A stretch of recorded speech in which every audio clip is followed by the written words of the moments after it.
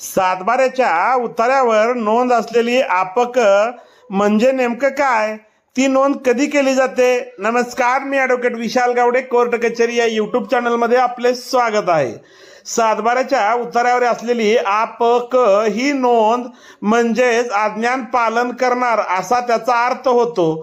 ती नोंद दोन प्रकारे होऊ शकते. पहिला प्रकार म्हणजे जर कुटुंबातील सज्ञान व्यक्तीने एखादी मिळकत ही त्यांच्या कुटुंबातील अज्ञान व्यक्तीच्या नावे खरेदी घेतलेली असेल तर सातबाऱ्याच्या उतार्यावर मालक म्हणून त्या अज्ञान व्यक्तीचे नाव लावले जाते व त्या नावाच्या पुढे आपक म्हणजे आज्ञान पालन करणार म्हणून अज्ञान व्यक्तीचे नाव लावले जाते.